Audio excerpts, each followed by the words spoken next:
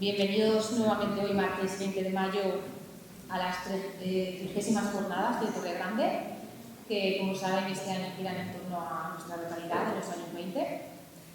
La tercera sesión programada para hoy se abarcará esta década desde un punto de vista artístico, en concreto el musical, y lleva como título Panorama musical en la Almansa de los años 20, el despegue de la música popular moderna.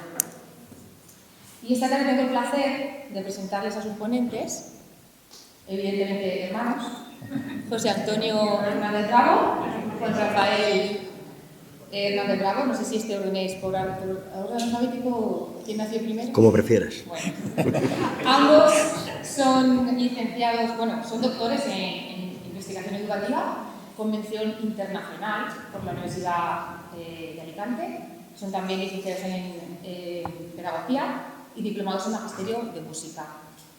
Además, José Antonio es profesor titular de clarinete por el conservatorio de nuestra localidad, Jerónimo Meseguer, artista que da nombre a este edificio y que además se citará en esta charla.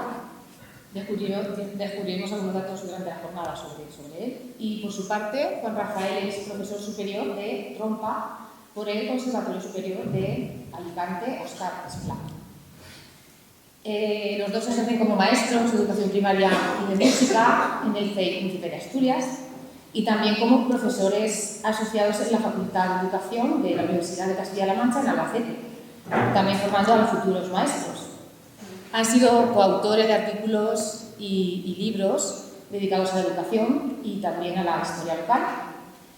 Y forman parte de la directiva de esta asociación cultural Torre Grande y son miembros además de la banda sinfónica de la Sociedad Musical.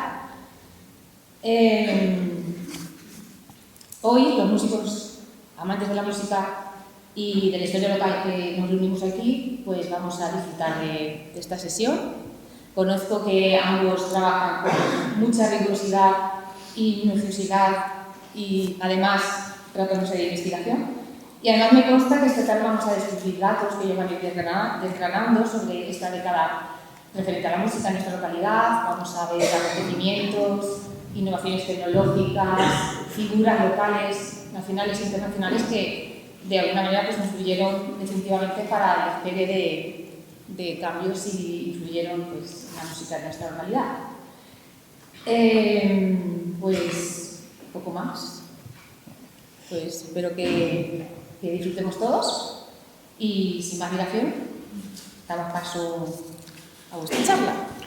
Muchas gracias, Laura. Estando en las presentes jornadas de estudios locales, les hicimos esta propuesta de charla que fue pues, acogida con entusiasmo.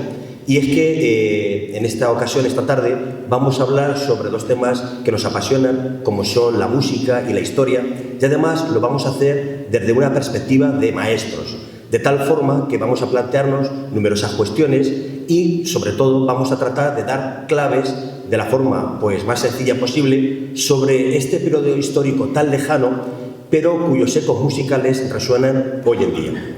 Igualmente queremos agradecer pues, su presencia tanto a las personas que nos siguen a través de los medios de comunicación como a las que aquí esta tarde nos acompañan, porque queremos pues, que hagan ese viaje con nosotros hacia las raíces de la música popular moderna en Almansa. ¿Cómo, cuándo y por qué la música se hizo moderna? ¿Qué música se escuchaba ahora mismo en Almansa y en España hace 100 años? ¿A través de qué medios llegaron todo tipo de música a nuestra localidad? ¿Qué papel jugaron los círculos elitistas locales y las agrupaciones musicales? ¿Qué instituciones y personalidades sobresalieron en Almansa de la década de los 20? Pues bien, la respuesta a estas preguntas será el eje de nuestra charla, que iremos alternando con unas músicas seleccionadas de la época. Queremos matizar que solo se trata de una síntesis para no alargarnos y que cuando se publiquen las actas de estas jornadas pues tendrán a su disposición el trabajo completo. En primer lugar, comenzamos con el índice. Veremos en esa introducción el momento asistiremos a cuando la música se hizo moderna. Luego, en el punto 2, continuaremos con esa transición, esos cambios que se produjeron en la cultura musical española, pasando de unos géneros tradicionales, como fueron la zarzuela, el pasodoble y después el cuplé, a otros géneros más modernos, como el jazz, el tango y el charleston. En tercer lugar, hablaremos sobre los medios de comunicación y qué importancia tuvieron en la difusión de las nuevas músicas populares en Almansa. Analizaremos en el punto 4 otras vías de entrada de estas nuevas músicas. Abordaremos luego, posteriormente, los círculos elitistas locales. Dedicaremos el apartado 6 a abordar la Banda Unión Almanseña, su sociedad protectora, el arte musical, y asistiremos al nacimiento de la Sociedad Unión Musical. Y antes de llegar a las conclusiones, abordaremos los nombres propios de la música en Almansa.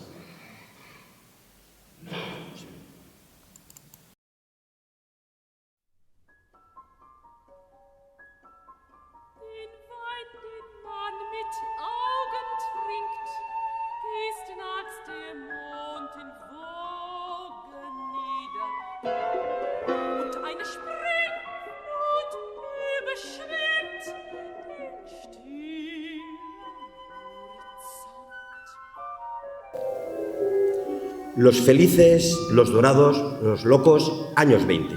Se produjeron grandes cambios sociales y culturales y, sobre todo, se produjeron también un cambio en las costumbres. Se abandonaron las convenciones del pasado y se pasó a un tipo de sociedad completamente distinto a la que se había visto entonces. A nivel musical fue muy productivo, pero también muy complejo, puesto que los postulados tradicionales tuvieron que convivir con las vanguardias y estas, a su vez, vieron cómo los géneros musicales modernos irrumpían. A continuación, vamos a ver algunos de los protagonistas musicales de esta etapa.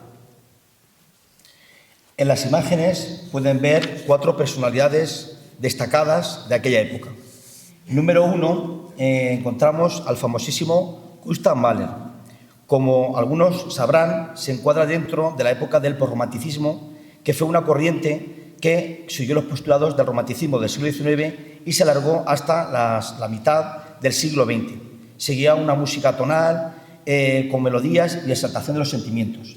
Esta música era muy del gusto de las clases acomodadas. Por otro lado, tenemos las imágenes 2 y 3 con las figuras de vanguardias contra el mundo burgués, y era una música rompedora, como han escuchado anteriormente.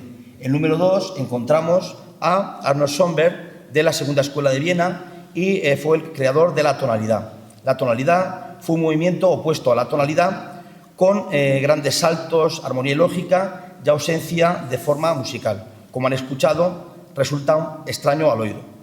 Por su lado tenemos a Igor Stravinsky, en la imagen 3, que fue el representante del neoclasicismo, con la utilización de ritmos irregulares, armonías, disonantes y efectos tímbricos, consiguió revolucionar el paisaje musical.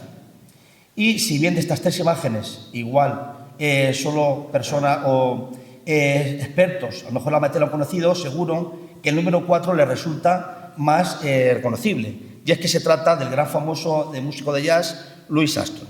Como saben, la música de jazz fue un tipo de música que se produjo de la fusión de la música de la población blanca con la población negra, y que se creó en Estados Unidos y llegó a Europa y pronto irrumpió en el panorama musical, tanto nacional como después veremos local.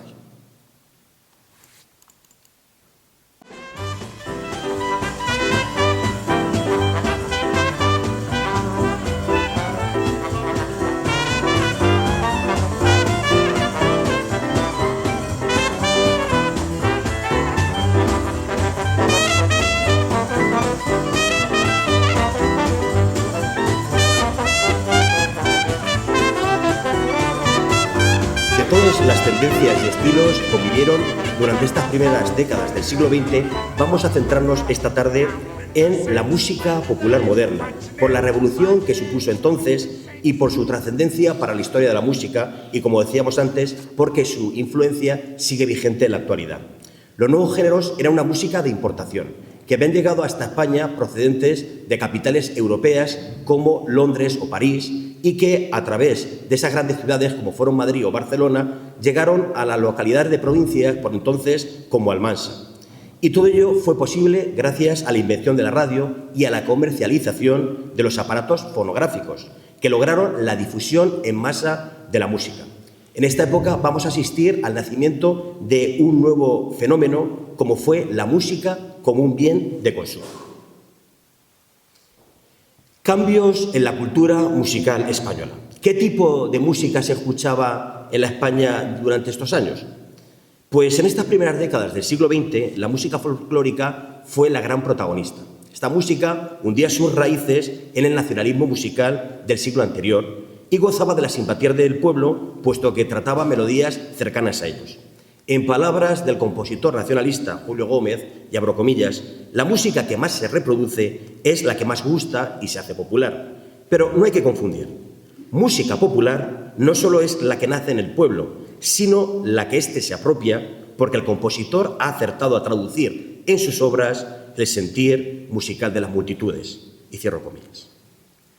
La burguesía, por su parte, se decantó por una música académica, es decir, la música romántica, y lo hacía más por signo distintivo de clase que por convicción, puesto que ustedes me dirán que cuando iban a asistir a una ópera que se cantaba en italiano o en alemán, con temáticas sobre, por ejemplo, la mitología de los Nibelungos, la gente de aquella época probablemente no tenía ni idea de lo que estaba escuchando ni viendo.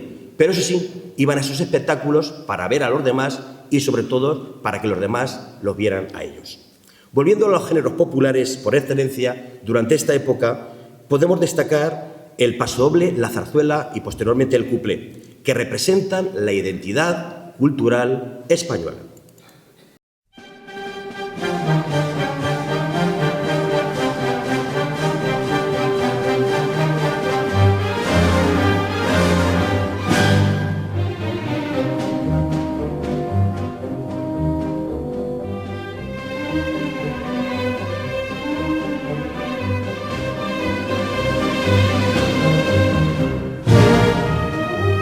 El pasodoble es una marcha de origen español que se empleaba en los desfiles militares, de ahí el tempo redoblado, es decir, 120 pasos por minuto y compás binario. Como música instrumental fue introducida en la Plaza de Toros para acompañar los espectáculos de lidia. Como baile procedía de la tonadilla, que era un intermedio musical que sonaba en los entremeses teatrales cuando el público entraba y salía de la sala. De ritmo enérgico, era ideal para ser bailado. Durante los años 20 encontramos pasodobles de gran calado popular, como fue España Cañín, de Pascual Marquín, del año 22, Amparito Roca, que hemos escuchado, de Jaume Teixidor, del 25, o La Entrada, del compositor Quintín Esquembre, de la cercana localidad de Villena, del 25. Por su lado, la zarzuela sufrió un declive hacia el primer cuarto del siglo XX, después de décadas de gran popularidad. El cambio de gustos, se ven agotados los temas, la llegada de nuevas músicas y el abandono progresivo del teatro musical español en favor de otros géneros más ligeros, estilos más ligeros, pues hizo que la zarzuela entrara en declive y se buscó un espectáculo más frívolo. Hubo intentos de hacer zarzuelas con temática regionalista, incluso con temática de jazz, pero no cuajaron. Aún así, sí que es verdad que hubo unas zarzuelas famosas de aquella época, como ejemplos, por citar algunos, Doña Francisquita, del año 23, de Amadeo Vives, El huésped del sevillano, del 26, de Jacinto Guerrero, o La parranda, del 28, de Francisco Alonso. Como aves precursoras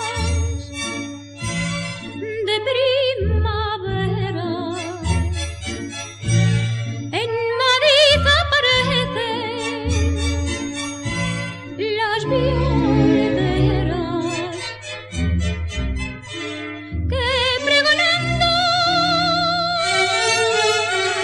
parecen golondrinas que van piando. El cuplé, que han podido escuchar, no era Sara Montiel, que luego lo hizo más popular, sino otra cantante. Es un género ligero español que se hizo tremendamente popular durante la década de 1920. una vez que la zarzuela había ido dejando su espacio progresivamente. Este término cuplé pertenece a una castellanización de la palabra francesa couplet, es decir, pareja de versos, que se empleaba en el teatro como una parte recitada, es decir, un tipo de canciones rimadas que hacían sobre todo las mujeres en los entreactos de las representaciones teatrales. En la fotografía podemos ver a la revista Canción Popular de 1922 y esta señora que aparece aquí de negro es Raquel Meyer, nombre artístico de Francisca Marqués López. ¿Quién era esta señora? Pues fue la cantante de cuplés más famosa de aquella época.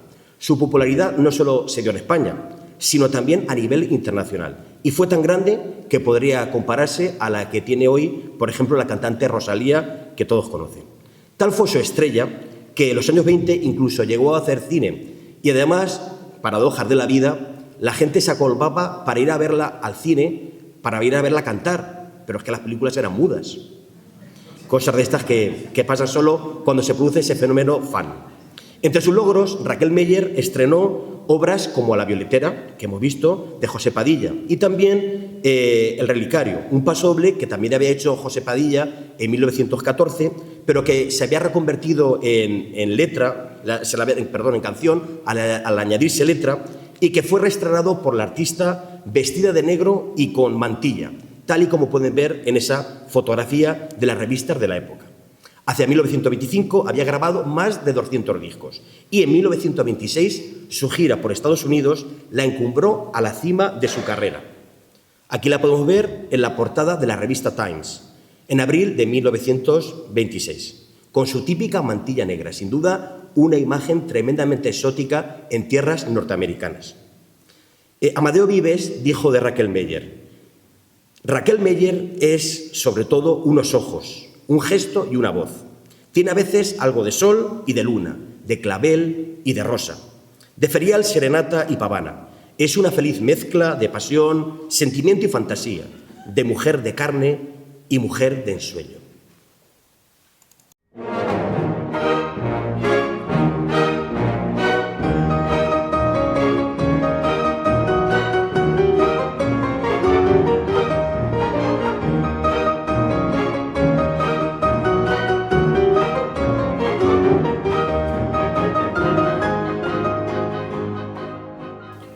Pues a principios de la década de los 20, todo estaba a punto de cambiar a nivel musical. De repente, se produjo la irrupción de la música popular moderna.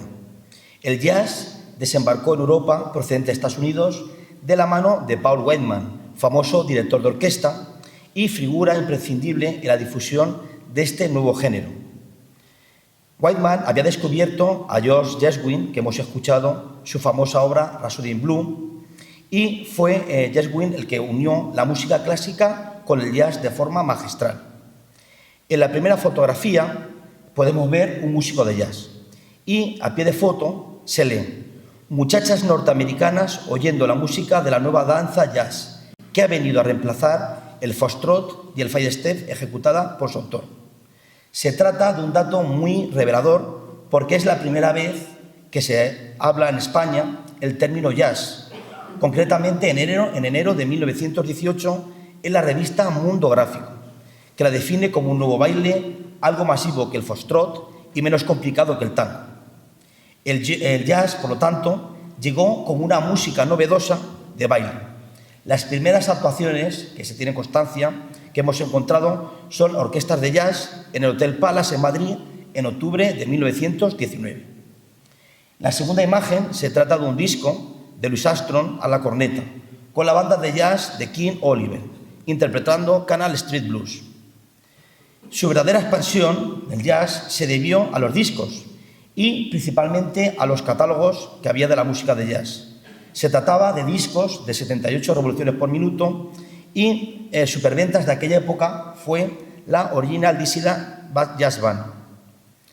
Esta banda de jazz fue la precursora de la comercialización masiva de discos a través de los gramófonos y de la radio.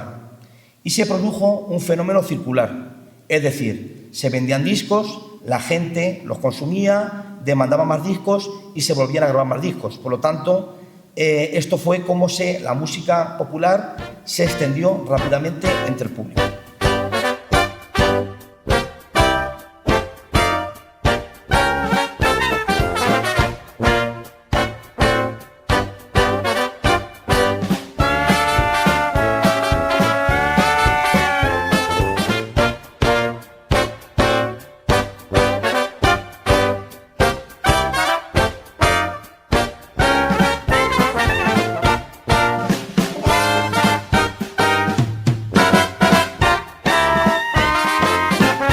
El Charleston fue el principal baile durante los años de la popularización del jazz, que era la música que tomaba como base.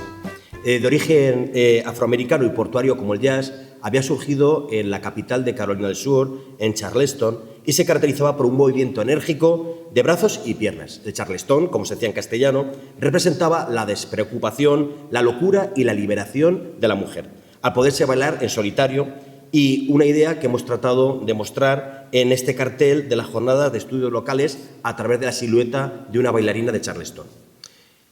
El salto de Estados Unidos a Europa se produjo gracias a esta mujer que vemos aquí, a Josephine Baker, que causó gran impacto cuando llegó a París en 1925, actuando semidesnuda y solo con un cinturón hecho con plátanos de tela. Su exotismo, su desinhibición y su sensualidad la erigieron como el símbolo de los locos años 20 y también en la artista más demandada de la época. El cenit del Charleston en España se produjo precisamente con la visita de Josephine Baker cuando acababa la década de los 20. La prensa de entonces la relataba como una noticia sensacional y se decía de ella que era una de las famosas bailarinas creadora del Charleston más turbulento y civilizado y exaltadora en Europa del trepidante baile negro. Josefina Baker, como le decían en castellano, acaba de llegar de Hamburgo, procedente de Buenos Aires. Está emocionada y agradecida de nuestro público hermano. Ha triunfado en la capital de La Plata como artista y como mujer. Esta reseña pone de manifiesto el cambio radical que durante la década de los 20 experimentó la mujer en su rol social, superando su papel tradicional para alcanzar una imagen más moderna y transgresora. Se trataba de una nueva mujer en un mundo de hombres. A media luz es un brujo el amor, a media luz los besos, a media luz los dos, y todo a media luz, crepúsculo interior, que suave terciopelo, la media luz de amor.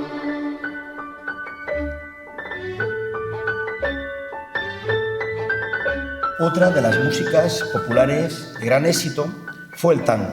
El tango se originó en las zonas portuarias del Río de la Plata en Argentina y se hizo muy popular tras recalar en Europa de entreguerras. Los cabarets de París y Berlín pusieron de moda esta danza sensual que se bailaba en pareja con los cuerpos abrazados, al ritmo de 2 bandoneones, 2 violines, un piano y un contrabajo. El tango, en su versión canción, la acabamos de escuchar, se debió llegó al estrellato a Carlos Gardel, y concretamente con esta canción, A media luz, de 1925. Los bailarines se movían al ritmo de la música con letras plagadas de tristezas del amor, de la clase humilde. ¿Cómo no iba a triunfar? Como curiosidad, queremos reflejar que allí en Buenos Aires los bailarines danzaban con smoking, como la imagen que tenemos tradicional. Sin embargo, en Europa, estos bailarines llegaron con el traje típico de gaucho. ¿Por qué se debió esto? Pues por la imagen estereotipada que se pensaba que iba a vender más por ese efecto folclórico y exótico de sus trajes. EAJ1 de Emisiones Radio Barcelona. La estación radiodifusora EAJ1 de Emisiones Radio Barcelona. Bien, como están escuchando, se trata de la primera emisión radiofónica que tuvo lugar en Barcelona. Y yo, en este momento, vamos a hacer una especie de entrevista. Le voy a preguntar a José Antonio una serie de cosas, a ver si nos las sabe responder. Yo creo que sí. Bueno, explícanos, José Antonio, un poco en qué consistió esas innovaciones tecnológicas que permitieron la difusión tan rápida de la música popular. Pues sobre todo en los habitantes de aquella época como fueron, por ejemplo, en Almansa, pudieron disfrutar gracias a la radio de ese eco dorado que llegaba de las grandes ciudades y, sobre todo, esa clase media que entonces empezaba a surgir, pues pudo disfrutar de esta música o de estos medios como elemento de distracción y también como acompañamiento en sus encuentros sociales. Es verdad, cabe resaltar que la primera emisora de radio regular tuvo lugar en Estados Unidos, concretamente el 20 de agosto del 20. La primera emisión en España, la acabamos de escuchar, fue el 14 de noviembre de 1924 y en Almansa se produjo en 1927, destacando que fue la primera emisión de la provincia de Albacete. ¿Y qué factores determinaron el éxito tan rápido? Pues bueno, la radio, como todo el mundo sabe, maneja un medio evidentemente sonoro, que es el que se basa también la música. Con lo cual, rápidamente encontraron en este medio de comunicación, que además permitía que se llegara de forma muy rápida a todos los hogares, pues una forma de explotación comercial. Es decir, a través de la música era el soporte ideal por su constitución sonora y también, sobre todo, por el abaratamiento que se produjo de estos aparatos en comparación con los inicios, que era un objeto de lujo. Pero ahora la pregunta se la hago yo a él. ¿Cuántos aparatos había en Almansa en aquella época? Bueno, pues de acuerdo a Juan Luis Hernández, que está aquí presente, gracias Juan Luis, a finales del 27 había censado unos 300 receptores de galena y 75 de lámparas. Los radios de galena, que los pueden observar en la número 1, eran de onda corta y gracias a sus 25 vatios de potencia podía ser escuchado en cualquier punto de nuestra localidad. El número 2, en la fotografía inferior, encontramos los receptores de lámparas o de válvulas que permitían la onda larga y permitían mayor extensión, llegando a distancias superiores como podía ser Yecla o incluso Albacete. ¿Y a quién se debe? ¿Y dónde estuvo la primera emisora en Almansa? Pues aquí en Almansa todo eso lo debemos a un pionero de la radio como fue Carlos Salvador Salcedo, que era radioaficionado y creó la primera estación de radio en la calle Nueva número 7 llamada Almansa EAR 36. Un año más tarde se trasladó a la calle San Francisco número 4 y se estableció, ahí lo pueden ver en la imagen, como Casa Salcedo, ampliando el negocio como tecnología radiofónica y de electricidad. Y ese primer acto inaugural, aunque lamentablemente no tenemos pues esa grabación como sí hemos escuchado de Radio Barcelona, ¿cómo podría ser ese primer acto inaugural? Pues cuando preparamos la charla, la verdad que estamos como casi viéndolo porque tenía que haber sido un momento, bueno, precioso, maravilloso. Y es que hay que recordar que se seguía la fórmula de los radioconciertos, es decir, se tocaba la música en directo. Había una pequeña orquesta formada por un piano, un violonchelo, una flauta, un contrabajo y 2 violines, y tocaban piezas más clásicas, de corte clásica, y otras más bailables. Efectivamente, ahí, por ejemplo, hemos querido poner un recorte de la prensa de la época, del Eco de Almansa, donde se recoge un concierto de esta orquestina radio de 1928 y entre las diferentes obras que interpretaron, sobre todo lo que más nos ha llamado la atención es la coexistencia entre esa música más tradicional española, como pasodobles y zarzuelas, con los ritmos de importación que estaban casi recién llegados a nuestra localidad, como fueron el foxtrot o el tango. Y este hecho nos indica que esa implantación de los nuevos géneros en Almansa fue muy rápida y además, sobre todo, se produjo un cambio de costumbres musicales casi de inmediato. También por esta reseña en el Eco de Almansa, en el que se hace la referencia de popular a el pasodoble España Cañí, de Pascual Marquina, evidencia el enorme éxito que había conseguido este pasodoble a los pocos años de su composición.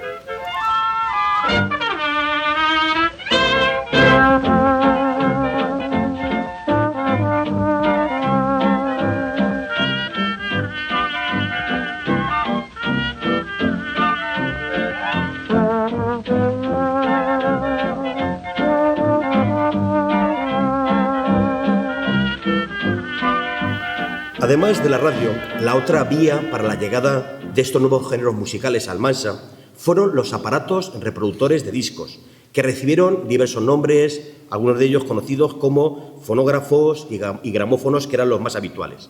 Estos primeros reproductores habían llegado a España a principios del siglo XX y, sobre todo, en los siguientes años se establecieron distintas compañías internacionales, como fueron la Compañía del Gramófono, es decir, La Voz de su Amo, Odeón, Pacé y Columbia. En el primer cuarto del siglo XX, estas tecnologías, como hemos dicho antes, eran un artículo minoritario y exclusivo, al tratarse de un producto de importación y que estaba solo al alcance de los bolsillos más pudientes. La popularización de los reproductores de discos se producirá a partir de 1925, cuando comenzaron a fabricarse discos en España por parte de las compañías citadas. Y, sobre todo, la fecha clave es 1926, puesto que una serie de innovaciones tecnológicas, como la polea automatizada, permitió que la reproducción de los discos tuviera un número de revoluciones necesario para que la calidad fuera lo suficientemente buena para poderse escuchar. De esta forma, aquellas poblaciones pues asistieron a una auténtica fiebre por disponer y por disfrutar de esta tecnología musical. El fenómeno fue tan rápido que, como podemos ver ahí en estos números que hemos resaltado, 1, 2, 3 y 4, en 1927 empezamos a encontrar ya anuncios en la prensa, tanto local como provincial. Por ejemplo, en el número 1 es de un anuncio de aquí de Almansa, en el que vemos ahí el famoso logotipo de la marca La Voz de su Amo. Y aquí queremos hacer un pequeño inciso porque creemos que la anécdota es preciosa. Es decir, ¿de dónde surge este famoso icono de esta compañía discográfica? Pues surge de un pintor inglés llamado Francis Barrow, que había heredado de su hermano que había fallecido, heredó un perro, heredó un fonógrafo y unos discos de su hermano. Entonces, un día, pintando en el estudio, había puesto los discos de su hermano y se dio cuenta que el perro estaba escuchando la voz de su difunto amo, de ahí el nombre de La Voz de su Amo. Con lo cual, esta compañía de discos, que se llamaba la Compañía del Gramófono, adoptó rápidamente ese nombre y también el logotipo para promoción de sus discos. Luego vemos ahí otras compañías y, por ejemplo, en el número 3, pues nos llama la atención que en 1929 en Albacete reclamaban fonógrafos pues a los que participaban en un concurso, digamos, pues en el periódico. O sea, algo, digamos, que nos evidencia efectivamente que esta popularización era ya imparable en todos los sustratos sociales. Hay que decir también otra curiosidad, y es que relativo a la palabra gramófono. La palabra gramófono, una vez que estuvimos analizando el catálogo de La Voz de su Amo, se figura que es una palabra registrada, es decir, se dice en ese catálogo que no puede ser utilizado por nadie si no fuera por tener permiso, además de la palabra gramola, gramófono y sus derivados. Y hay que decir que estos catálogos, el catálogo que analizamos, era muy completo, con mucha música tradicional y nuevos estilos. Aparecen himnos, cantos patrióticos, marchas y pasodobles, sardanas, zarzuelas, operetas, fantasías, oberturas, cuplés, romanzas y bailables. Les puedo asegurar que aparecen muchísimos y esto nos lleva a pensar que en aquella época del 27 estamos hablando, que es de donde aparece la fotografía donde se anunciaba, aquí en Almansa hubo gente que tuvo la suerte, por lo menos, de acceder a un catálogo impresionante de músicas, es decir, que hace 100 años se escuchaba mucha música y variada. Y como curiosidad también tenemos que destacar que nos llamó la atención que la gran cupletista Raquel Meller no apareciera en este catálogo. Y aparecían, pues no sé, otros como Caruso, aparecían mucha gente como Miguel Fleta, muchos autores famosos y relevantes de la época. Y es que descubrimos que Raquel Meller tenía la exclusiva con otra discográfica, con Odeón. Por eso aquí no aparecía. A su derecha pueden ver un aparato, un tocadiscos, que su nombre es Grafonola Vivatonal, de la marca Columbia, y que nos ha facilitado Fernando Alcocel para el presente estudios.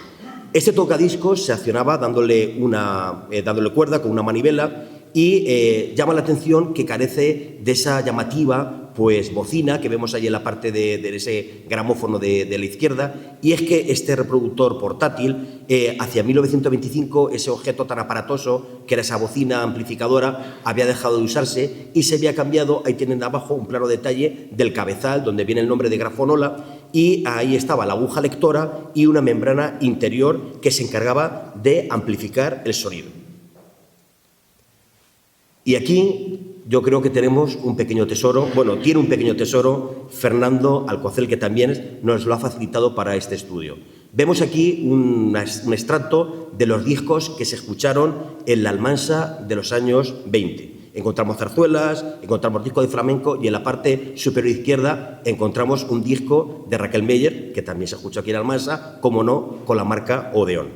El valor documental de estos discos es muy importante, puesto que nos permite constatar algunos de los estilos y títulos de canciones que se escucharon por aquellos años en uno de los hogares de nuestra localidad. Y lo que es más destacado, que todavía suenan 100 años después. Es emocionante, se lo puedo asegurar, escucharlo sonar en la misma gramola original con la que se amenizaron tantos y tantas fiestas y encuentros familiares en el pasado. Eso sí, por lo que nos han dicho, se ve que el sonido es tan intenso que se ve que los vecinos tampoco están muy contentos porque sonaba mucho, claro, no tenía un control riguroso del sonido.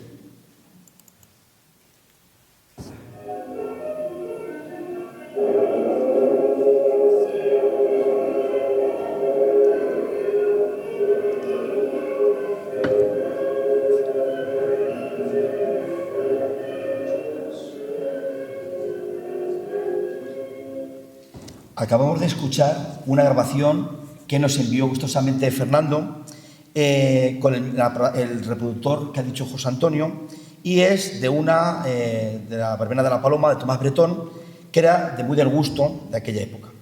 Bien, además de la radio y de los discos, había otras vías de introducción de estos nuevos géneros populares en Almansa, como fueron los espectáculos teatrales y las publicaciones musicales periódicas.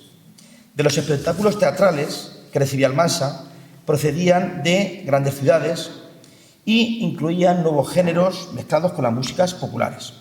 Encontramos en este mismo teatro, el Teatro Principal, donde aquí hace 100 años pues había esos espectáculos y concretamente en 1927 se cerró porque estaba en ruina y se abrió el Teatro de Verano en el ensanche del Paseo de la Glorieta.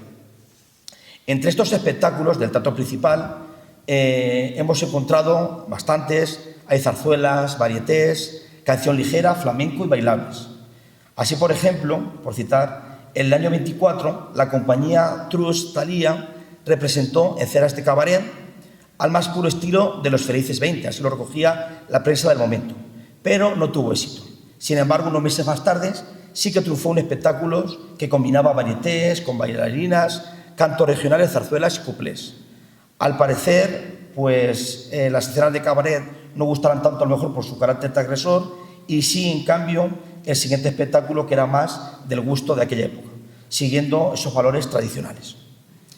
En el 29, en el Teatro de Verano se recoge una noticia de un originalísimo, leo textualmente, y nuevo espectáculo en España, en el cual toman parte activa las bellísimas y encantadoras Suzy Girls Saxofón, ataviadas con originales indumentos de renombrados modistos. Se trataba de una película muda acompañada de música en directo de estas chicas y hace referencia al nuevo espectáculo que se estaba incluyendo en España. Por lo tanto, se sabe ya que en el 29, aquí en Almansa, pues hubo espectáculos de música jazz. La otra vía de entrada de estos nuevos géneros populares fue también a través de las publicaciones musicales. En la parte superior izquierda vemos un nombre, Belén Mancebo Segarra. ¿Y quién era esta persona? ¿Y qué importancia sobre todo tiene para que esta tarde la hayamos traído a esta charla? Belén Mancebo Segarra fue alumna de piano de Máximo Parra, hizo con él varios cursos de piano y estaba al día de las modas musicales del momento. ¿Y cómo lo sabemos? Pues vamos a verlo. Belén reunió un valioso material musical entre 1928 y 1929 que tan amablemente nos ha facilitado la familia Alcocer Sáez para nuestra investigación. Permite constatar la presencia escrita en Almansa de las últimas tendencias de la música popular a finales de los años 20, como fueron el tango o el piricón o la zamba, que eran danzas tradicionales argentinas, o el foxtrot, el black bottom o el blues, que eran de corte jazzístico. Las revistas que se conservan están encuadernadas en 2 volúmenes y recopilan distintas publicaciones. Aquí vemos el primer número de la revista El Tango de Moda que llegó a Almansa en octubre de 1928 y que inició la colección de estas publicaciones. Las páginas están dobladas en 4 partes, lo que nos hace una idea, nos sugiere que Belén Mancebo las recibía en su casa por correo postal desde Barcelona, que era donde se editaban estas revistas. Las revistas se caracterizaban por incorporar partituras para piano, letras de canciones, como este tango. Ahí, por ejemplo, vemos en ese recuadro en rojo, pues vemos ahí cómo se recogen esas letras, y también aparecían multitud de ilustraciones, de fotografías, artículos de opinión, secciones de actualidad, entre otros. En esta diapositiva vemos algunas de las revistas que coleccionó Belén Mancebo y que sobre todo nos cautivaron por su estilizada estética años 20. De entre las numerosas partituras que se recogían en las revistas, nos detenemos en esta que pueden ver aquí a su izquierda. Se tratan de partichelas, es decir, partituras para músicos de un trío de cuerdas, violín, violonchelo y contrabajo, y piano, a partir de composiciones que eran muy populares de entonces. Podemos comprobar cómo de esta forma las publicaciones musicales facilitaban el trabajo a las orquestinas, que las incorporaban en su repertorio, difundiendo así las nuevas músicas entre la población. No queremos terminar este apartado sin mostrar a Belén Mancebo Segarra al piano. Nos parece una imagen súper entrañable, ofreciendo una velada musical a miembros de la familia Alcocel Sáez. Y también queremos compartir aquí unas fotografías del piano perteneciente a una familia de clase media de entonces, la familia Hernández Sáez, que ejemplifica la importancia que tuvo este instrumento para amenizar las reuniones y las celebraciones de hace un siglo en algunos de estos hogares almanseños. Por cierto, tengo que decir que Juan Rafael tuvo la tentación de ponerse a tocar el piano, él es trompista, no es pianista. Y bueno, y la verdad que era emocionante pues escuchar cómo se escucha el sonido que salía de este piano.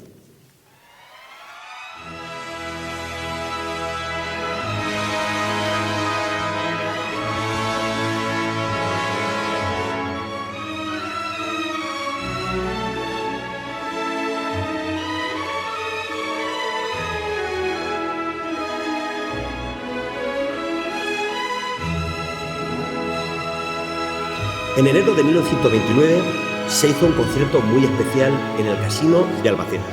Había adquirido una gramola ortofónica labor de su amo, lo último en calidad de sonido, y con el que se pudo escuchar por primera vez la grabación de una ópera completa, en este caso de la Bohème, que hemos escuchado un fragmento de Puccini, y además tuvo un gran éxito. Era la primera vez, que tengamos constancia, en el que la música grabada había superado a la música en directo de las orquestas. Y ahora vamos a hablar de la música en los círculos elitistas locales. Ahí pueden ver una postal del casino que había aquí en Almansa, el casino artístico, que nos parece preciosa por su corte modernista. Tenemos que decir que el asociacionismo cultural y recreativo se había asentado en una realidad en las primeras décadas en el panorama nacional del siglo XX. La burguesía había construido casinos, ateneos y círculos de recreo, y la música era uno de los pilares centrales del encuentro social. En estos círculos artísticos, el piano era un instrumento fundamental y también así la música de cámara, que permitía tocar, interpretar repertorios de zarzuela y de ópera. En el primer cuarto del siglo XX tuvimos la suerte que aquí en Almansa proliferaron asociaciones culturales y recreativas que reflejaban el dinamismo de la clase media. De carácter cultural y recreativo, por citar algunas, se encuentra el Ateneo Ferroviario, la Escuela de Arte y Oficios y la Biblioteca Popular. Y entre las recreativas, el Casino Artístico, el Círculo Almanseño y el Arte Musical. La vinculación con la burguesía de los años 20 la podemos encontrar en el Casino Artístico, el Hotel Berwick y el Cine Cervantes. Eran sitios distinguidos de proyección exterior y pertenecer a ellos ofrecía una imagen de respetabilidad y de posición, que se trataba de mantener esa élite local. La característica era la utilización del estilo modernista, y es que Almansa había iniciado el camino hacia la modernidad.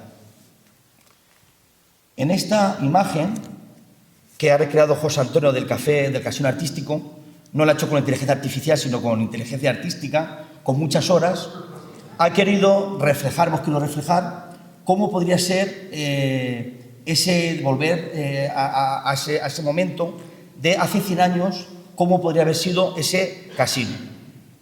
Se trata de una reconstrucción idealizada, puesto que haya incluido un piano, que nos aparece en la foto, y es una postal que nos ha facilitado gustosamente Aurora Albertos. Gracias, Aurora.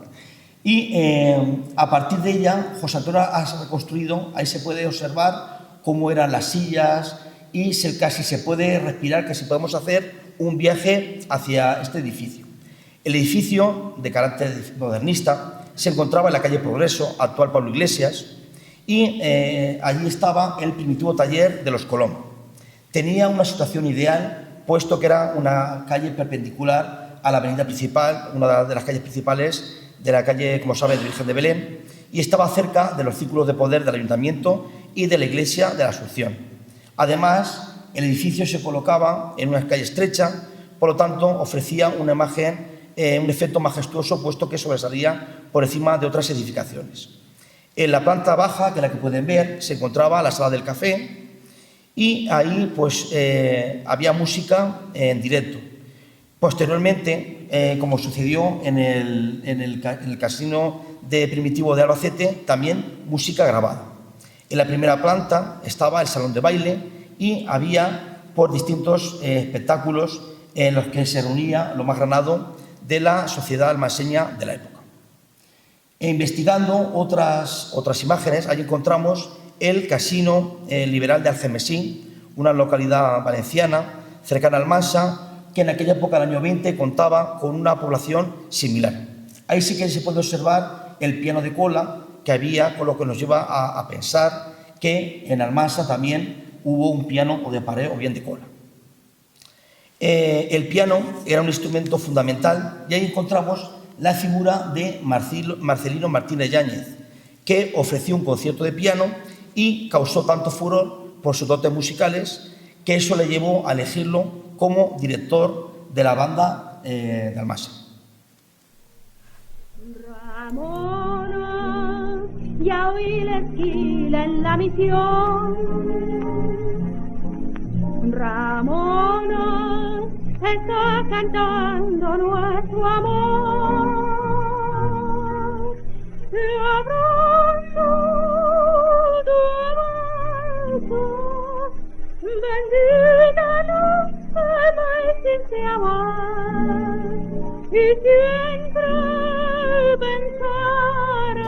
El Hotel Berwick se había inaugurado en agosto de 1924 en un edificio de nueva construcción que se localizaba en una zona céntrica de la población, al lado de la Fuente del León, y en su fachada pues resaltaban esas ventanas alargadas, rectangulares, con esas molduras y ese antepecho de obra con motivos geométricos que daba ese aire modernista. En su interior pues contaba con salones para banquetes y bailes y un amplio salón de café, donde actuaba frecuentemente un terceto formado por Enrique Martínez, Máximo Parra y Eduardo Mas. En esta época era habitual la creación de orquestinas con plaza fija en hoteles, restaurantes y salones, como esta que existía en el Hotel Berwick, debido a la consolidación del baile como uno de los principales entretenimientos de la burguesía y además de esa creciente clase media durante estos años. La música, además de amenizar y acompañar los distintos eventos sociales, pues también le daban ese toque de exclusividad, de distinción a este hotel. Aquí podemos ver a los camareros que iban elegantemente vestidos en la terraza del hotel. Entre las personalidades ilustres que pasaron por este lugar puede destacarse al compositor Pascual Marquina y a la banda de ingenieros de Madrid, que recalaron periódicamente durante esta década de los 20. En una de esas visitas, con motivo de la coronación de la Virgen de Belén, el 7 de mayo de 1925 se organizó una cena de despedida en el hotel que estuvo amenizada por la propia banda invitada. También conocemos por la prensa local la actuación del trío de Alsina, que estaba formado por el señor de Alsina, que era el padre, que era concertista de piano, la señora Dalsina, que interpretaba al canto zarzuela, por ejemplo, se cita Gigantes y Cabezudos, y su hija Marita, que se ve que era pues una gran bailarina y también cantaba. Y decía en la prensa que qué forma de marcarse el fox. Como señalamos anteriormente, de nuevo se puede apreciar en este repertorio cómo la música tradicional española convivía con estos géneros de importación. Otro de los círculos elitistas locales se encontraba en el Cine Cervantes. El Cine Cervantes se encontraba en la calle Virgen de Belén, número 5, en una de las arterias más importantes de la localidad. Su fachada, de estilo modernista, fue construida hacia 1916 con un balcón corrido en su piso superior con balustrada y una espectacular cornisa curvada que sobrevolaba el rótulo de Cervantes. Hay que decir que nunca fue teatro, puesto que carecía de escenario y al principio se proyectaban las películas sobre la pared y después sobre una pantalla.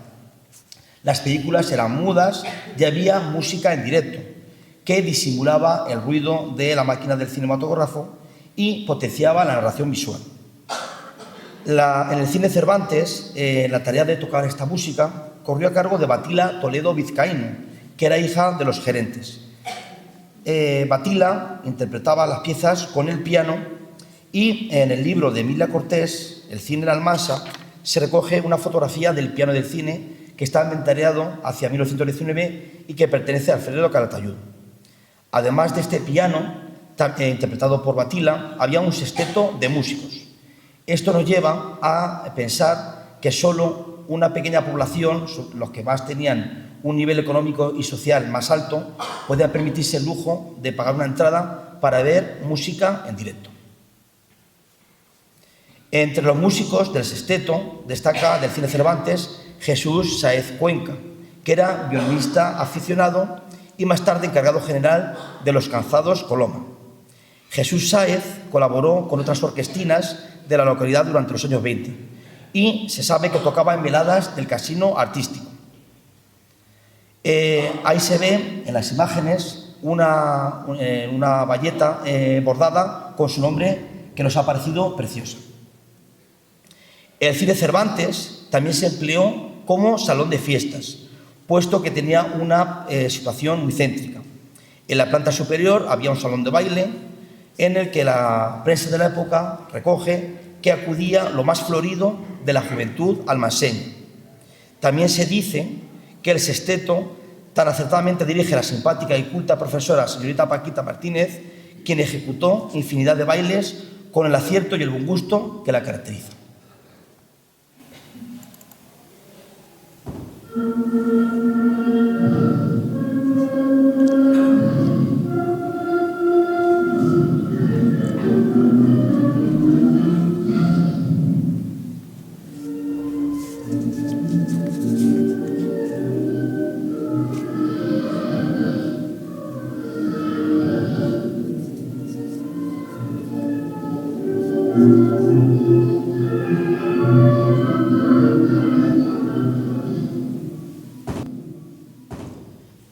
¿Hasta qué punto las bandas de música llegaron a ser la encarnación de esa música del pueblo? ¿Qué papel desempeñaron estas agrupaciones en la cultura local de poblaciones como Almansa?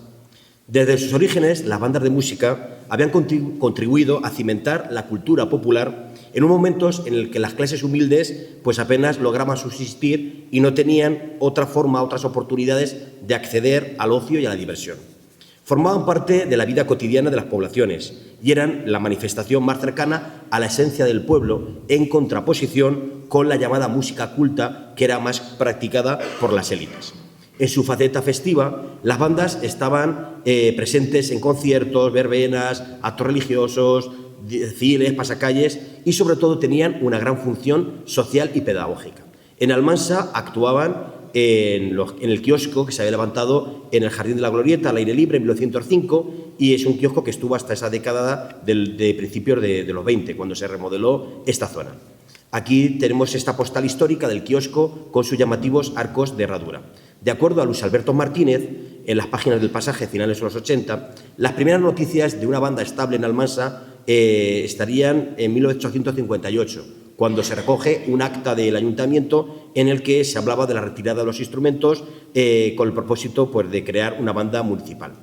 A partir de entonces vamos a observar cómo va a ser habitual esa sucesión de disoluciones y de reorganizaciones. Unas veces era por motivos económicos, otras porque había un excesivo control del ayuntamiento hacia esta agrupación de aficionados. Como respuesta a ello, con la llegada del nuevo siglo, en 1902 se creará el arte musical con el objetivo de proteger a esta banda de música. Y a partir de 1910 pasó a llamarse Unión Almanseña. El director, antes lo comentábamos, fue Marcelino Martínez Yáñez, que estuvo durante esta década de los años 20 hasta su fallecimiento en 1927. Las primeras noticias de la Unión Almanseña van a ser ya de 1922, la fiesta de mayo, junto con la banda municipal de Yecla y la banda de ingenieros de Madrid. El 27 de enero de 1923 se firma un documento relativo a la sociedad El Arte Musical y se trata del primer reglamento escrito, del que se tenga constancia, de una sociedad musical en Almansa. Ese día se reunió una comisión organizadora para aprobar el reglamento que regiría esta sociedad protectora denominada El Arte Musical. Este hecho nos podría indicar una refundación de esta sociedad, puesto que llevaba ya 2 décadas de andadura. De todas formas, tampoco es de extrañar debido a ese episodio de continuas dificultades por la que atravesaba esta agrupación musical. Más allá de su valor como documento histórico, ¿qué importancia pensamos que tiene este reglamento? Pues nos proporciona una información para conocer de primera mano la organización y funcionamiento que tenía una sociedad musical y una banda de pueblo durante las primeras décadas del siglo XX. A nivel social, el arte musical se ofertaba como un lugar de encuentro. Su sede social estaba en la calle Aniceto Coloma, número 27, y allí los socios podían disfrutar de café y de tertulias con sus compañeros. Sin embargo, el objetivo del arte musical era proteger la banda Unión Almanseña. Y para ello organizaba conciertos, también, por ejemplo, en su faceta musical habían clases diarias en su academia, se instruía a los aprendices e interesados en tocar un instrumento y además, sobre todo, se conformaba esa cantera para nutrir en cantidad y en calidad a la banda de música. Había una serie de penalizaciones y de premios para los alumnos aplicados, para los profesores, para los auxiliares. También había ensayos generales, había ensayos parciales, el director controlaba la parte artística, los delegados la parte de los instrumentos. Digo esto y es que hoy en día, en 2025, seguimos haciendo lo mismo que hace 100 años en la banda. Entonces, claro, pero bueno, de todas formas, aquí esto que les contamos es una síntesis, porque luego en el trabajo escrito podrán ver detenidamente todo de forma más pormenorizada este reglamento, este documento histórico para Almansa. Y bien, el repertorio de la banda Unión Almanseña cuenta en su totalidad, o casi su totalidad, con zarzuelas y pasodobles, géneros de música popular española, que gozaban del aplauso de los aficionados. Como ejemplos encontramos material de imprenta de editoriales especializadas como Unión Musical Española o Armonía Revista Musical, una selección de bandas de zarzuela La Tempranica o de la Suite Andalucía. Hay que resaltar, ahí pueden ver las imágenes, son preciosas, nos parecen preciosas, que durante los años 20 se conservan en el archivo de la Unión Musical unas 40 obras. Pueden parecer muchas, pero en realidad, en comparación con todo lo que hay, es casi nada. Tenemos un tesoro y tenemos que conservar. Lo más llamativo es el sello que se observa en la parte inferior de la Unión Almanseña. Nos parece precioso. Y como curiosidad, tenemos que decir que en esta época, que no había ordenadores ni había imprenta, el trabajo que se hacía era ímprobo, es decir, se hacía un trabajo increíble, puesto que se compraba normalmente material impreso del guión del director y después se hacían partichelas en función. Con esto se pagaban costes y se realizaba la instrumentación más ajustada a cada plantilla de las bandas. Hay que decir que habría que tener en aquella época unos conocimientos musicales altos, notables, para hacer estas transcripciones y, sobre todo, el trabajo que llevaba a hacerlo a plumilla.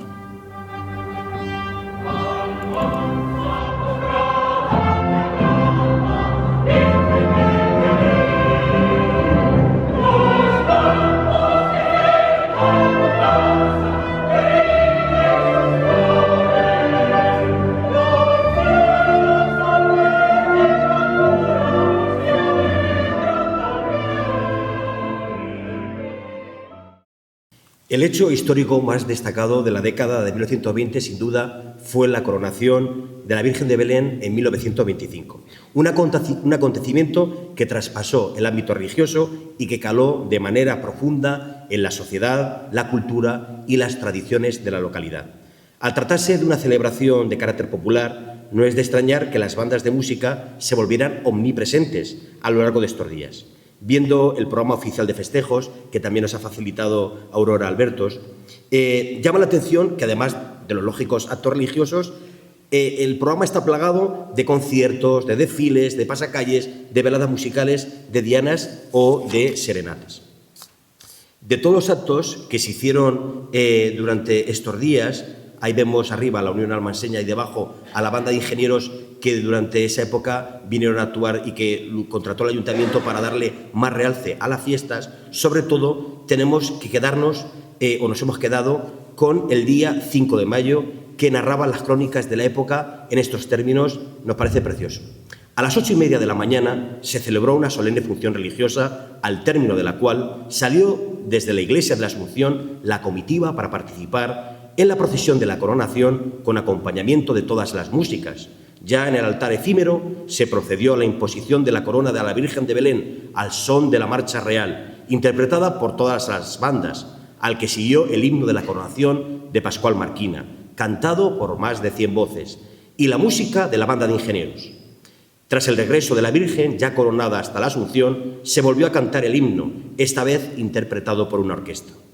A título personal, Juan Rafael y yo queremos compartir las sensaciones que vivimos y sentimos el pasado 5 de mayo, hace unas semanas, como componentes de la banda Unión Musical, cuando interpretamos junto con nuestra querida coral el himno de la coronación.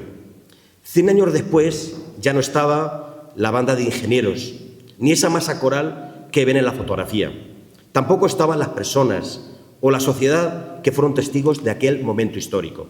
Hoy en día todo es muy distinto y muy diferente.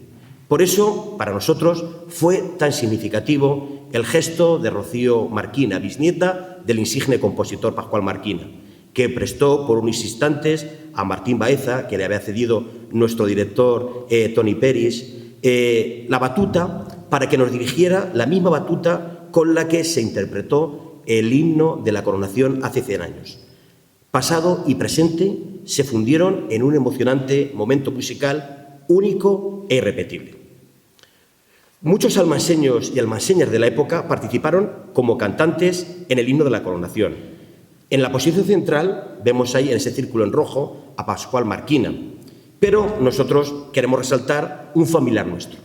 Aquí abajo, en amarillo, vemos a Ana de la Asunción Vélez, hermana mayor de nuestra abuela Josefa, que tenía una voz preciosa, muy bonita, y que con 16 años participó cantando en esta gran masa coral. En febrero de 1927, la noticia del fallecimiento de Marcelino Martínez Yáñez sobresaltó a los músicos. Durante un tiempo se hizo cargo su director, mientras se encontraba a un director acreditado. Ese director fue este músico, trompista, que vemos aquí en esta fotografía, Ernesto Marquina, y que había recomendado su hermano Pascual. ¿Cómo fue la andadura de Ernesto en Almansa? Pues podremos calificarla de breve y llena de tensión, puesto que apenas solo duró 2 años y medio, de enero de 1928 hasta septiembre de 1930, y estuvo marcada por la crisis más grave que sufrió el arte musical en toda su existencia. A principios de 1928, el ayuntamiento nuevamente intentaba municipalizar la banda y hizo algunas promesas a los músicos, hay unos males entendidos. Al final, los directivos del arte musical retiraron su apoyo a la banda de música. Y claro, y esta decisión pues abocaba irremediablemente a su extinción, ya que al no tener banda que proteger, pues su continuidad no tenía razón de ser. No obstante, en lo musical, la banda continuó con sus actividades, y de esos años, de 1928, hemos querido resaltar pues ese viaje que hizo la Unión Almanseña hasta Madrid para participar en un acto de exaltación a la dictadura de Miguel Primo de Rivera, que vemos aquí junto con el rey Alfonso XIII. Allí en Madrid se reunieron bandas de toda España, y de la provincia de Albacete estuvo representada la banda municipal de la capital, junto con las bandas de Almansa, de Caudete y de Llín. El 28 de enero de 1929, nació la Sociedad Unión Musical, entidad que supuso el relevo del arte musical y cuya historia abordó minuciosamente en su día Miguel Pereda en el monográfico de Torregrande, Música y músicos almanseños, un manual imprescindible y de referencia sobre este tema. La comisión organizadora, formada por miembros del arte musical y por antiguos músicos de la banda Unión Almanseña, se unieron y de esa conjunción de nombres salió la nueva sociedad, Unión Musical, que es la institución musicodecana o musical decana y cultural en la Almansa y que perdura hasta la actualidad.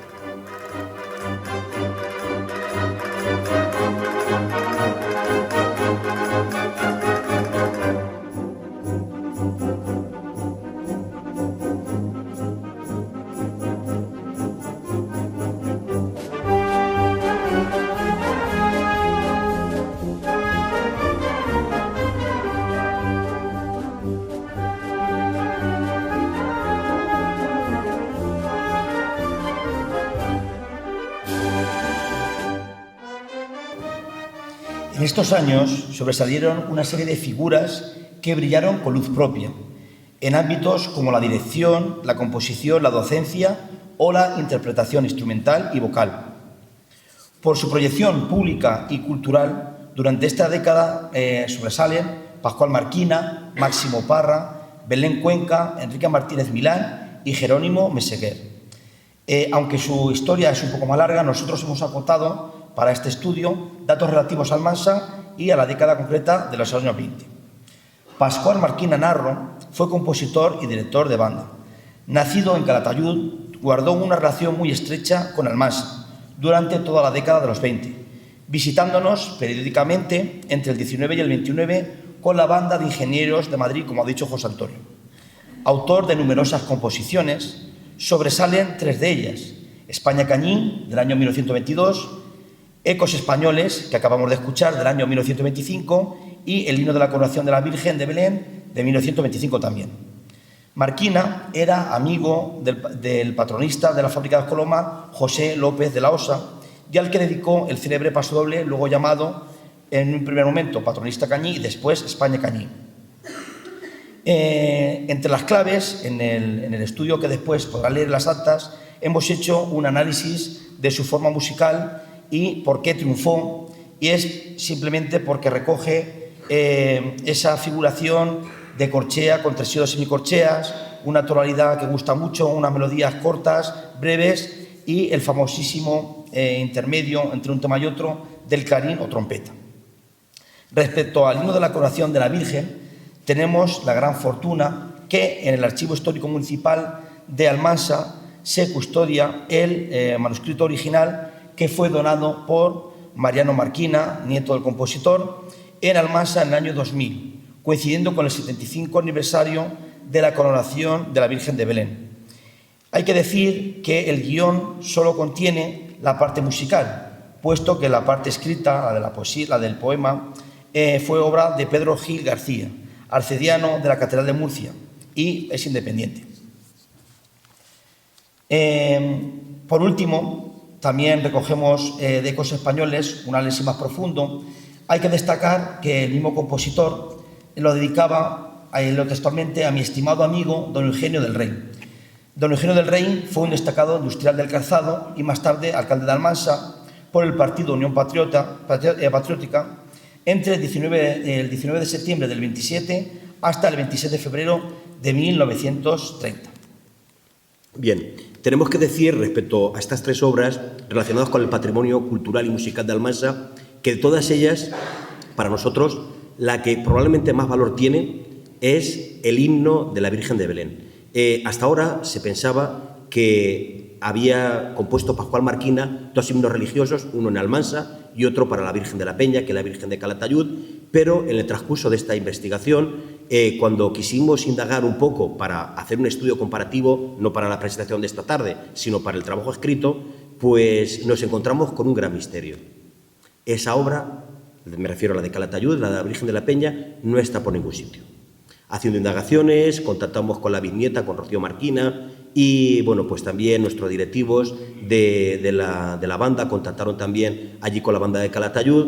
Al final, pues lo que hemos determinado o lo que hemos encontrado, que hubo en el año 34 un concurso para componer este himno para la Virgen de la Peña, pero que sin embargo pues lo ganó otro compositor, y al parecer se encuentra en el archivo de la Universidad Madrileña, porque no está en el archivo de la SGAE, de la Sociedad de Autores, pues dos hojas manuscritas con algunas indicaciones, pero realmente pues podríamos decir que a día de hoy, a fecha de hoy, hasta que no se diga lo contrario, el único himno o la obra religiosa, la única que compuso Pascual Marquina, es esta que contamos aquí en Almansa.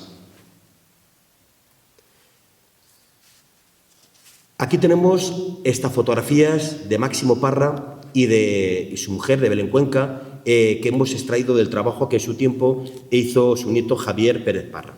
Estos primeros, si tuvimos que destacar a Máximo Parra, fue una persona con una gran cultura musical, una extensa formación, y sobre todo él vino aquí a Almansa cuando tenía 18 años, en 1915, como sacristán en la Iglesia de la Asunción, un cargo que simultaneó en esta actividad con el acompañamiento de películas mudas con el piano. En 1925 había sido organista, también había desarrollado una importante actividad musical, participó pues en el arte musical, también en la creación de la Unión Musical y más tarde en la Orquesta Regio. Tenía una voz prodigiosa de barítono y además era experto intérprete al teclado, por lo cual se ocupó del coro y de la orquesta de la Iglesia de la Asunción cuando Enrique Martínez Milán se retiró para hacer otra actividad profesional, y fue por lo tanto el último maestro de capilla que tuvo la Iglesia. Pero, sin embargo, de Máximo Parra y de su mujer Belén Cuenca queremos resaltar su faceta como profesores de centenares de almanseños y de almanseñas en una época en la que no existía un conservatorio de música en la localidad. A principios de la década de los 20 pues se había casado, y Máximo Parra son dos personalidades de gran relevancia en la cultura de Almansa, iluminando a distintas generaciones con su legado musical y demostrando una pasión inagotable por la música. Hojeando el libro de Almansa, Imágenes de un pasado, concretamente la fotografía denominada Sonata, encontramos que había una foto que vimos ahí, alguien tocando el piano y detrás un violinista. Pues bien, Jesús Gómez Cortés nos puso tras la pista, como nos gusta indagar, quién sería esa figura. Y encontramos a alguien tan interesante como desconocido. Se trata de Enrique Martínez Milán, que fue músico y compositor, nacido en Almansa, y realizó estudios de piano y violín en su juventud. Las primeras referencias ya se encuentran en su época de adulto, al final de la década de los 20, y la prensa recoge que tocaba el armonium. El armonium es un instrumento de viento y teclado parecido al órgano, y que dirigía voces en un acto religioso. En 1920, en el marco de la novena a la Virgen, se recoge que se le felicita en la prensa de la época por la orquesta que dirige, igualmente al coro de bellísimas señoritas que ofrendan cánticos a la Virgen. En el 24 se sabe que formaba parte del grupo de músicos que amenizaban las jornadas del Salón del Hotel Berwick, junto a Máximo Parra y Eduardo Mas. Y en el 25 aparecen más datos como maestro de capilla de la Iglesia de la Asunción. Compuso numerosas obras de música profana y sacra, entre ellas el pasodoble El Brindis, que hemos escuchado anteriormente. María José Gómez y su padre, el recordado profesor de latín Pepe Gómez, realizaron en su día un trabajo sobre la figura de Jerónimo Meseguer que ha servido de base para este apartado. Aquí vemos a un adolescente, Jerónimo Meseguer Navarro, incipiente tenor. Su padre era maestro de enseñanza primaria que había transmitido a sus hijos la afición por la música. A pesar de que Jerónimo no tocaba ningún instrumento, como sus hermanos, sí que tenía una gran inclinación por la música y una poderosa voz de tenor. De niño había cantado en el coro de la Iglesia de la Asunción y su voz no pasó desapercibida para Enrique Martínez Milán y Máximo Parra, que descubrieron sus posibilidades artísticas y lo orientaron hacia el canto. De hecho, en 1921, Jerónimo Meseguer aparece como alumno de Máximo Parra y además, considerando las aptitudes vocales y docentes de Máximo Parra, probablemente también sería su primer profesor de canto. En los años 20 representaron para Jerónimo Meseguer una etapa formativa en el plano personal y de aspiración como cantante en lo musical, sin la que no podría entenderse su carrera desarrollada a partir de la siguiente década. Fue una época de incertidumbre y de cierta frustración, ya que en 1919 había fallecido su madre y su padre pensaba que el futuro laboral estaba o en el ferrocarril o en el ejército, pero por supuesto no en el canto. Sin embargo, Meseguer no cesaba en su deseo de cantar. Decía en una carta: «Me presenté en el conservatorio sin más equipaje que la osadía de los pocos años. Ni tenía dinero para pagarme las clases, ni nadie que me protegiese. Me oyó el profesor de canto Ignacio Tabullo, que era catedrático del Conservatorio de Madrid, y sin más ni más me escribió a Albacete diciendo que era una pena que me malograse como cantante». En 1929, para más Henry, falleció su padre. Un nuevo revés para Jerónimo, que al quedarse huérfano y sin recursos económicos veía cómo desaparecía ese propósito de ser cantante. La intervención providencial de José Conde y de Melchor García Lopera, quienes emprendieron desde el periódico Corazón una campaña de sufragio popular, fue decisiva para sufragar sus estudios y becaron a Jerónimo Meseguer para que siguiera estudiando. Como nota curiosa, ahí aportamos la localización en el archivo de la Unión Musical del pasoble inédito Llamas Azules, de Juan García Martínez, que dedica a Jerónimo Meseguer y que pues se ha encontrado detrás de una hoja de una zarzuela pescadora de Ubierco de 1925, con lo cual pensamos que podría ser compuesta sobre esa fecha. Llama la atención las tachaduras que están hechas sobre el lapicero y que hemos querido dejar. Probablemente sería una partichela fallida. Y ya terminamos. Bueno, y como todo lo que tiene un principio tiene un final, queremos simplemente a modo de conclusión, puesto que así lo hacemos en nuestras clases, siempre nos gusta dejar esas líneas para después refrescar en qué ha consistido nuestra charla. En primer lugar, los llamados felices 20, que no fueron tan felices, fue una época de grandes cambios a nivel social y cultural, una época compleja. En relación con la música, fue también una etapa muy convulsa con la convivencia de música clásica que viene arrastrando con las vanguardias y los nuevos géneros. Se produjo también un cambio repentino en la cultura musical española. Se pasó del pasodoble, la zarzuela y el cuplé a otros géneros importados como el jazz, charleston y tango, que bien por su novedad o bien porque por su ritmo, su música, enseguida caló en la población. En cuanto a cuáles fueron las claves, se debió principalmente a las innovaciones tecnológicas, a los radios y a la radio y los discos, y a esta escena teatral y publicaciones impresas, por lo que se difundió estas nuevas músicas. Hay que decir que también fue una época muy importante en cuanto al asociacionismo cultural y recreativo, destacando los círculos musicales y las élites locales. En cuanto a la música del pueblo, es de destacar también la contribución de la Banda de la Música de Unión Albaseña, su sociedad protectora, el arte musical, como aquí hemos visto, y el nacimiento, hacia el final de la década de los 20, de la Unión Musical.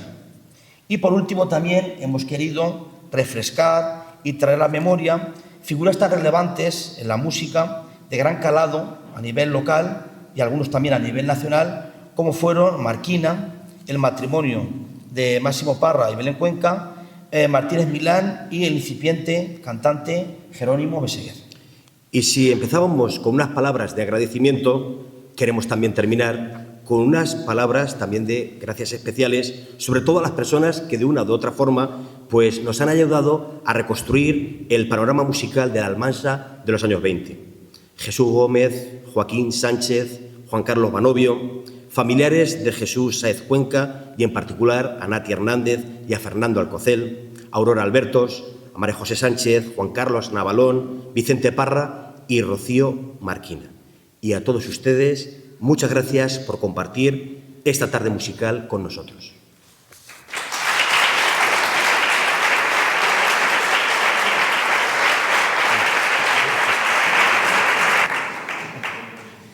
Bueno, pues creo que hablo en nombre de todas y todos los que estamos aquí esta tarde. Gracias por este trabajo y por su divulgación en la tarde de hoy. Y bueno, enhorabuena. Gracias. Y antes de entregaros una cosilla, un detalle de la Asociación Cultural Torre Grande, pues quisiera convocarles a todos y a todas mañana a la siguiente jornada que girará en torno al periodismo en la década de los años 20 en Almansa. Su ponente es el periodista local Joaquín Sánchez Martínez, que personalmente admiro mucho su periodismo, y se titula Dos voces en la prensa almanseña de los años 20. Así que quedan convocados mañana a la misma hora, miércoles 21 de mayo a las 8 de la tarde. Muchas gracias por su asistencia y vamos a hacer entrega a los hermanos Hernández Bravo de unos obsequios. Gracias.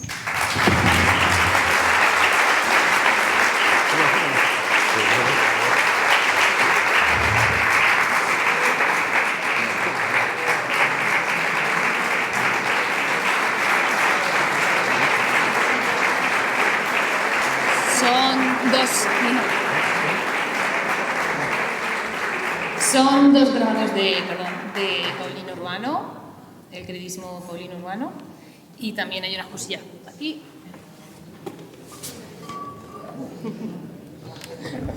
Vaya, muchas gracias.